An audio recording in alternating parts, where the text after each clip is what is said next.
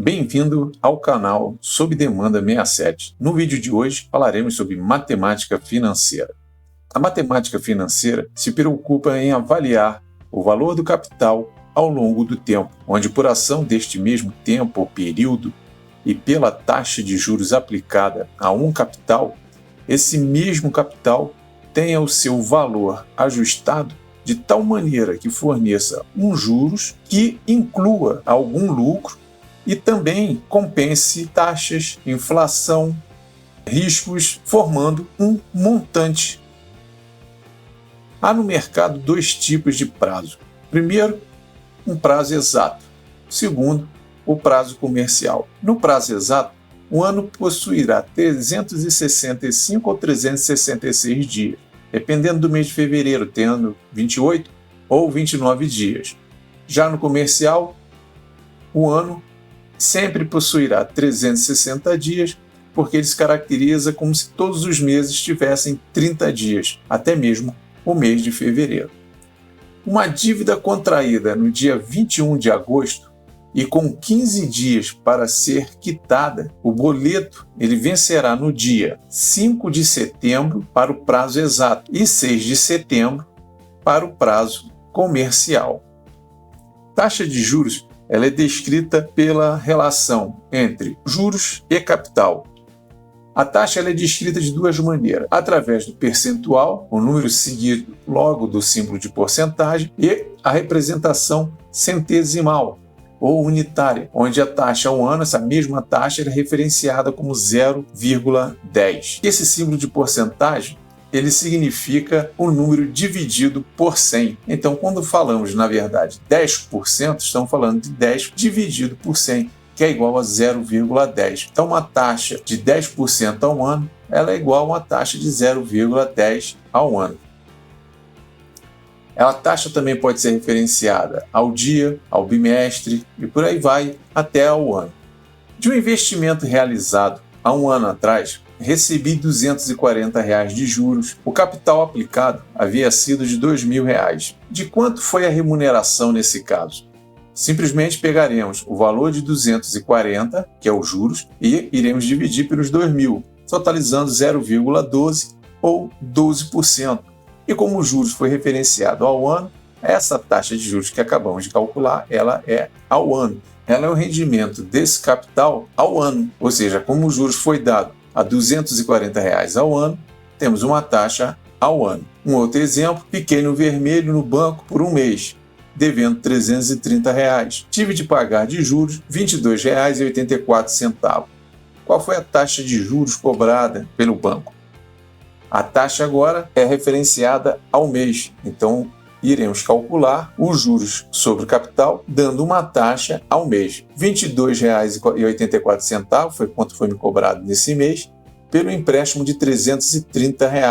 Observe que eu fiquei no vermelho, então na verdade o banco me emprestou esse 330 durante esse mês e tive que pagar de juros por esse capital R$ 22,84, a uma taxa de 0,0692 ou de 6,92% ao mês. Outra questão quanto aos juros é a relação entre os seus valores trimestrais, bimestrais, mensais. Nos juros simples, referenciaremos as taxas sempre em relação ao mês, porque fica mais fácil. Um bimestre, como tem 2 meses, se a taxa tiver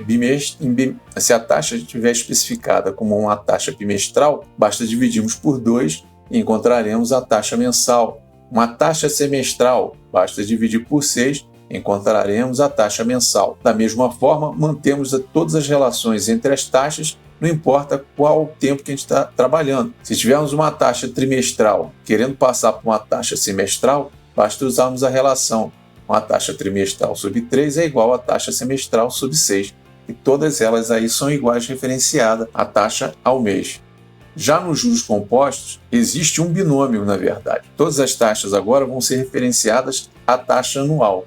Então, o primeiro binômio, 1 mais a taxa anual, ela será igual a 1 mais a taxa semestral. Como um semestre tem 2 semestres no ano, esse binômio será elevado ao quadrado. Como a taxa trimestral. Para um exemplo de uma taxa trimestral, nós temos 4 trimestres no ano. Então, 1 mais a taxa trimestral elevado à quarta potência. E por assim vai, como temos 12 meses no ano, 1 mais a taxa mensal elevado à 12ª vai ser igual a 1 mais a taxa anual. E mantemos dessa forma a relação entre todas as taxas. Montante. O montante ele é dado pela soma do capital mais os juros. Também podemos chamar de valor futuro igual ao valor presente mais os juros. Em livros de matemática financeira, normalmente encontramos essa nomenclatura. Independentemente se for juros simples ou compostos, o montante sempre será igual ao capital mais os juros. Mesmo em se pensando em investimento ou empréstimo, não importa. O montante sempre será igual ao capital mais os juros. Pela figura, vemos que o montante ele é formado pelo capital mais os juros. Observe que o capital incide sobre ele a taxa e durante um tempo ele vai gerar esses juros. Então, o capital mais esses juros vai te dar o montante. Uma observação interessante é que quando temos os valores do capital, o da taxa e do tempo, em juros simples, nós calculamos o valor do próprio juros diretamente com essas informações. Já quando estivermos trabalhando com juros compostos, nós calcularemos o montante. Vale ressaltar ali que nos juros compostos, o N toma o lugar do T como o valor do tempo ou o valor do período. Mas a informação é a mesma. Basta manipularmos aquela informação do montante, que o montante é igual ao capital mais os juros, e tirarmos o valor dos juros em si. Juros será igual ao montante menos o capital. Vamos analisar baseado nos dois exemplos anteriores. De um investimento realizado um ano atrás, eu tinha recebido R$ 240 de juros sobre o capital de 2.000. Tínhamos visto que essa taxa equivalia a 12% ao mês. Mas qual foi o valor de fato que eu resgatei? Qual foi o montante que eu resgatei? O montante que eu resgato é o capital inicial de 2.000 mais os juros de R$ 240, totalizando um montante de R$ 2.240. E ao banco ao qual eu fiquei devedor dos R$ 330, paguei de juros R$ 284. Ao devolver esse dinheiro ao banco, eu paguei, na verdade, o valor do capital acrescido dos juros. Paguei o montante de R$ 352,84. Capitalização simples e capitalização composta, ou juros simples e juros compostos. A diferença entre um e outro, ela não está na fórmula e nem no cálculo para os juros, mas no conceito em si. Investindo 22.000 por 4 anos a uma taxa de 1,85 ao mês, qual será o valor a ser resgatado e os juros desse investimento? Para juros simples, o cálculo será feito como juros igual a capital vezes a taxa vezes o tempo. O montante sempre é o cálculo do capital mais os juros. As informações, tanto o capital inicial, a taxa e o tempo, foram dadas no início. Observando aqui que nós devemos sempre ter a compatibilidade entre a taxa e o tempo. Como a taxa foi dada em meses, passamos os anos para meses. Ou poderíamos usar 4 anos, mas teríamos que passar a taxa mensal para uma taxa anual. Continuando com esse valor de taxa mensal, o juros será dado pela multiplicação desses 3 valores, capital, taxa e tempo, totalizando num juros de R$ 19.536, e um montante dado pelos juros mais o capital, totalizando um montante de R$ 41.536. Já para juros compostos, o montante é dado pelo capital, que multiplica 1 mais a taxa elevado a n, que é o período. Ou seja, as informações que nós temos, nós não calculamos os juros diretamente, calculamos o montante. E o montante também é dado como capital mais juros. Os valores para capital, taxa e tempo são os mesmos, estamos usando o mesmo exemplo. O montante será igual a 22.000, que multiplica 1 mais 0,0185 elevado a 48, totalizando um montante de R$ 53.033,20. O juro será o montante menos o capital, ou seja, R$ 31.033,20. Observe a diferença entre os juros simples e os juros compostos, que serão agregados, fazendo a diferença no montante final.